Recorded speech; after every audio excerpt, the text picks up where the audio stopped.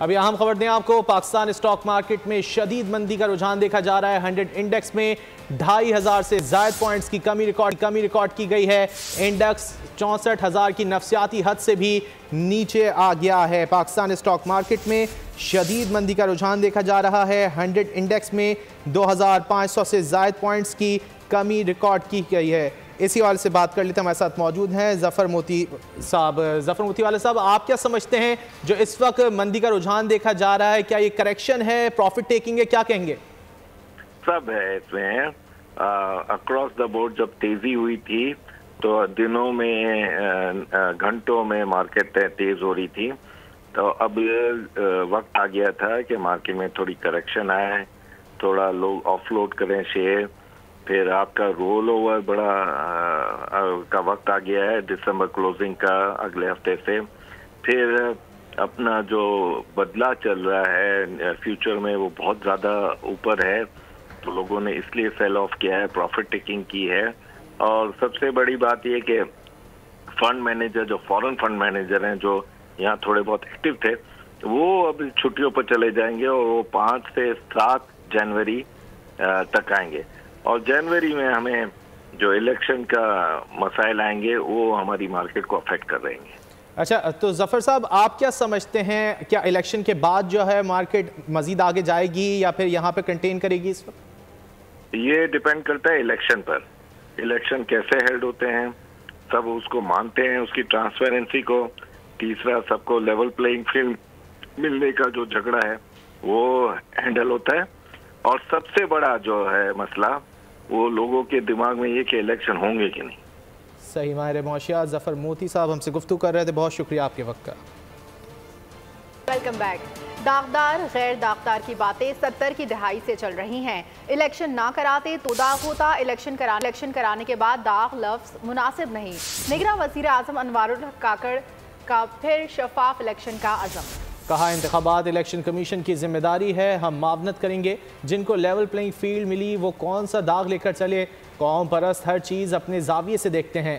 गैर कानूनी तारकीन वतन के हवाले से पॉलिसी तब्दील नहीं होगी। फील्ड मिला, वो अपने दागों को लेके नहीं चले तो हम कौन सा दाग लेके जाएंगे। और कौन सा दाग होता है? दाग ये होता कि अगर हम इलेक्शन ना कराते। इलेक्शन कराने के बाद ना ये लफ्ज़ दाग मेरे ख्याल में ज़रा नामुनासिब है। हम इलेक्शन कराएंगे, इलेक्शन कमीशन पाकिस्तान उसको कंडक्ट करेगा। कोई मखसूस सियासी जमात एक दावा लेकर या कोई और दावा लेकर आए, दावे किए जा सकते हैं, वो लोगों को डिसाइड करने दें कि उस दावे में कितना वज़न है, कितना वज़न नहीं है। बाज़ औक़ात एक सच्चा बयानिया होता है और बाज़ औक़ात एक सच्चा बयानिया नहीं भी होता है, दोनों चीज़ें चलती हैं। हमारा काम यही था कि हम इस बीच में जो डे टू डे गवर्नमेंट के अफेयर्स है वो चलाएं, वो चलाते हुए जो रियासती उमूर हैं उनको इम्प्लीमेंट करें, और इस बीच में जो इलेक्शन आ रहे हैं वो इलेक्शन कंडक्ट हों। दाग 70।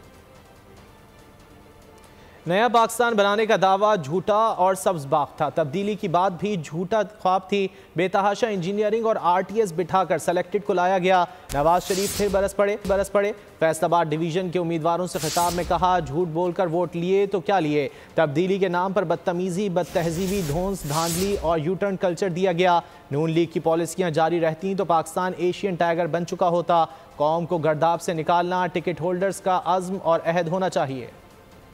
2017 में इतना अच्छा मुल्क चल रहा था, लग रहा था कि पाकिस्तान की तामीरें नौ हो रही है। अगर वो मोमेंटम जारी रहता तो आज पाकिस्तान कहीं ना कहीं अपनी मंजिल मकसूद पे पहुंचा होता, यकीनन एक एशियन टाइगर बन चुके होते। हमने लोड शेडिंग का खात्मा अल्हम्दुलिल्लाह 2016 के आखिर में कर दिया, कहा और करके दिखाया। दहशत गर्दी को हमने खत्म किया। ये डॉलर की मजाल है कि 4 साल जरा भी इधर उधर हिला हो। जैसे इमरान खान आया तो डॉलर में पता नहीं क्या उसको पर्द लग गए कि वो उड़ने लग पड़ा।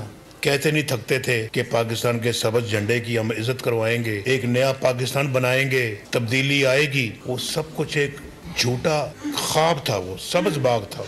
अफसोस ये है कि उसके बावजूद जीत नहीं रहे थे इलेक्शनों में। बेतहाशा इंजीनियरिंग की गई, बंदों को पार्टियां तब्दील करवाई गई, हमारी पार्टी से बंदे लेके उनकी पार्टी में डाल दिए गए। लेकिन फिर भी जब नहीं जीते तो आरटीएस बंद करके इलेक्शन को उनको रोक कर जितवाना पड़ा।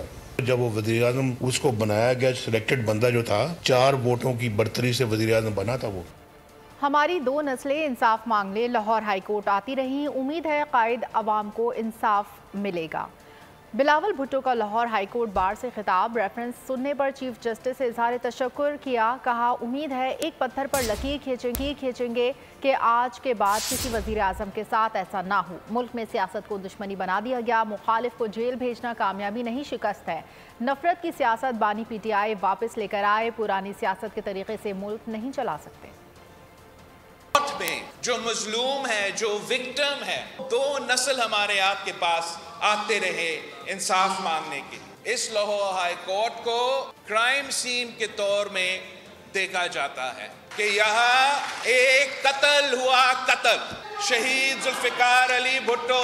सुप्रीम कोर्ट ऑफ पाकिस्तान जजेस का शुक्रगुजार हूं कि सदर जरदारी का रेफरेंस आज उनका हियरिंग्स चल रहे हैं। इंशाअल्लाह ताला इतने सालों बाद कायदे अवाम शहीद जुल्फिकार अली भुट्टो को इंसाफ दिया जाएगा, इसलिए कि वो एक और पत्थर में लकीर खींचेंगे कि आज के बाद किसी वजीर आजम के साथ ये सलूक नहीं। हमने सियासत को इस मुल्क में तो जाती दुश्मनी में तब्दील कर दिया। एक दूसरे को जेल भेजने का एक सियासत का कामयाबी समझते हैं। ये कामयाबी नहीं, ये सियासत का शिकस्त है, सियासतदानों का शिकस्त है, सियासी कारकुनों का शिकस्त है। ये इंतकाम की सियासत, ये नफरत की सियासत, ये तकसीम की सियासत आज एक बार फिर पाकिस्तान में नजर आ रहा है, तो मानना पड़ेगा कि खान साहब ने खुद ये सियासत वापस लेकर आया। इलेक्शन शेड्यूल जारी होने के बाद इंतखाबी हल्काबंदियां तब्दील नहीं हो सकती। हल्काबंदियों के खिलाफ एक और दरख्वास्त मुस्तरद कर दी गई। सुप्रीम कोर्ट ने बर वक्त इलेक्शन पर मोहर सब्त कर दी। कायम मकाम चीफ जस्टिस सरदार तारिक मसूद ने रिमार्क्स दिए। आम इंतखाबात की तारीख से मुल्क में थोड़ा इस्तेहकाम आया, इलेक्शन को किसी सूरत डीरेल नहीं होने देंगे। जस्टिस मंसूर अली शाह ने कहा, इनफरादी दरख्वास्तों पर फैसला देने लग गए तो इलेक्शन अमल मुतासिर होगा। इंतखाबात में कोई ताखीर नहीं होनी चाहिए, इलेक्शन को किसी सूरत डीरेल नहीं होने देंगे। सुप्रीम कोर्ट ने हल्काबंदियों के खिलाफ एक और दरख्वास्त मुस्तरद कर दी। कायम मकाम चीफ जस्टिस सरदार तारिक मसूद ने रिमार्क्स दिए, आम इंतखाबात की तारीख आना कोई मामूली बात नहीं, शेड्यूल आने से मुल्क में थोड़ा इस्तेहकाम आया है। जस्टिस मंसूर अली शाह ने रिमार्क्स दिए, इलेक्शन प्रोग्राम जारी हो चुका, अब कुछ नहीं हो सकता। इनफरादी दरख्वास्तों पर फैसला देने लग गए तो इलेक्शन अमल मुतासिर होगा। ऐसी दरख्वास्तों पर आम इंतखाबात के लिए 8 फरवरी की तारीख को डिस्टर्ब नहीं करेंगे। दरख्वास्त गुसार से मकालमे में कहा, अगर आप इंतखाबात वक्त पर नहीं चाहते तो अदालत में बयान दें। जस्टिस अत्तर मंजुला ने कहा, किसी को इलेक्शन ताखीर का शिकार करने की इजाजत नहीं देंगे। सुप्रीम कोर्ट ने बलूचिस्तान के हल्के PB 12 में हल्काबंदी से मुताल्लिक नजरसानी दरख्वास्त खारिज कर दी। तौहीन इलेक्शन कमीशन केस बानी PTI और फवाद चौधरी पर फर्दर जुर्म फिर मौखर कर दी गई। समाअत 27 दिसंबर तक मुलतवी। मेंबर सिंध निसार दुरानी ने केस की समाअत की। फवाद चौधरी की ओपन ट्रायल की इस्तदा, कहा केस से मुतालिक कॉपियां फराहम नहीं की गई, दस्तावेज के बगैर नहीं बता सकता पर क्या क्या इल्जामात हैं। उस्मान डार की वालदा के नून लीग के रहनुमा ख्वाजा आसिफ पर इल्ज़ामात। कहा कि कागजात नामजदगी जमा कराने का सुनकर 20 हमला आवरों ने उनके घर भेजे गए, जिन्होंने उन्हें ज़दोगोब किया, घर का दरवाज़ा तोड़ा, चादर और चार दीवारी का तकद्दुस पामाल किया। ख्वाजा आसिफ का रद्द अमल, कहा कि इंतकामी सियासत से कोई ताल्लुक़ नहीं, हमेशा अपने सियासी मुखालिफिन और उनके ख़ानदान का एहतराम किया है। उस्मान डार की वालदा के ख्वाजा आसिफ पर इल्ज़ामात, लीगी रहनुमा का भी रद्द अमल सामने आ गया। ख्वाजा आसिफ ने कहा कि इंतकामी सियासत से कोई ताल्लुक नहीं, हमेशा अपने सियासी मुखालिफिन और उनके खानदान का एहतराम किया है। अहलिया 3 दर्जन बार अदालतों की पेशियां भुगत चुकी हैं। बेटा जिसका सियासत से कोई ताल्लुक नहीं, उसके खिलाफ भी झूठे मुकदमात बनाए गए। इन सियासी मुखालिफिन ने मुशर्रफ और PTI हुकूमतों में मेरे खिलाफ दरख्वास्तबाजी की। मैंने दोनों अदवार में 6-6 माह कैद काटी, लेकिन कुछ साबित न हो सका। मेरी जात की सियासत आवाम से कमिटमेंट, उसूलों और वफादारी पर है। ख्वाजा आसिफ का बयान उस्मान डार की वालदा के उस वीडियो बयान के बाद सामने आया जिसमें उन्होंने ख्वाजा आसिफ पर हमला करवाने का इल्जाम लगाया। उस्मान डार की वालदा का कहना था कि कागजात नामजदगी जमा कराने का सुनकर 20 हमला आवर उनके घर भेजे गए, जिन्होंने उन्हें जदोकोब किया, घर का दरवाजा तोड़ा, चादर और 4 दीवारी का तकद्दुस पामाल किया। बजेंगे शाम के साथ होगी इनामात की बरसात, कहकहों की भरमार यानी एंजॉयमेंट लगातार। हर हफ्ता और इतवार मिलेंगे करोड़ों के प्राइज। खेलेगा पूरा पाकिस्तान, गेम शो ऐसे चलेगा आ रहा है फिर से एक बार। पेट्रोल और डीजल पर चमचमाती गाड़ियों के इस्तेमाल ने बरतानवी शाही सवारी बग्घी कराची में नापैद कर दी। शाही नक्शोनिगार से मुज़य्यन बग्घी अब शाज़ो नादिर ही नजर आती है। देखते हैं कफील अहमद की ये रिपोर्ट।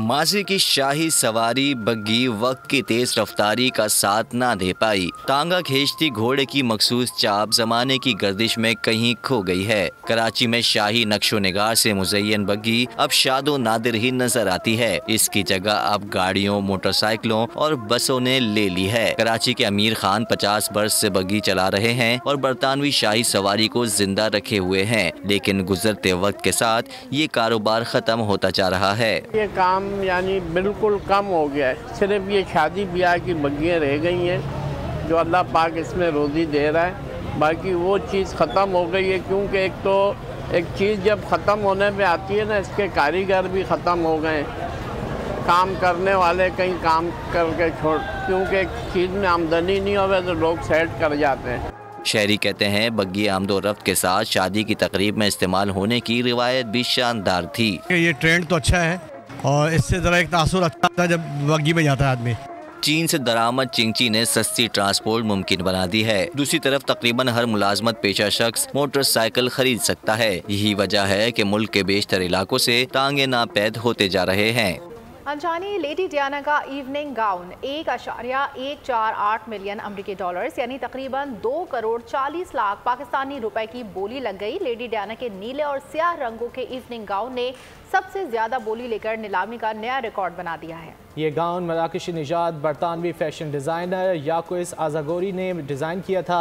डियाना के गाउन को साबका नीलामी या बोली के रिकॉर्ड से 11 गुना ज़ायद बोली लगी। मैड्रिड में फैशन वीक मॉडल्स की मुनफरिद लिबास में रैंप पर वॉक। दिलफर्द अदाओं ने देखने वालों के दिल मोह। न्यूज़ स्टूडियो से फिल वक्त इतना ही। मज़ीद खबरों और अपडेट्स के लिए आप विजिट कर सकते हैं हमारी वेबसाइट bolnews.com। देखते रहिए बोल न्यूज़।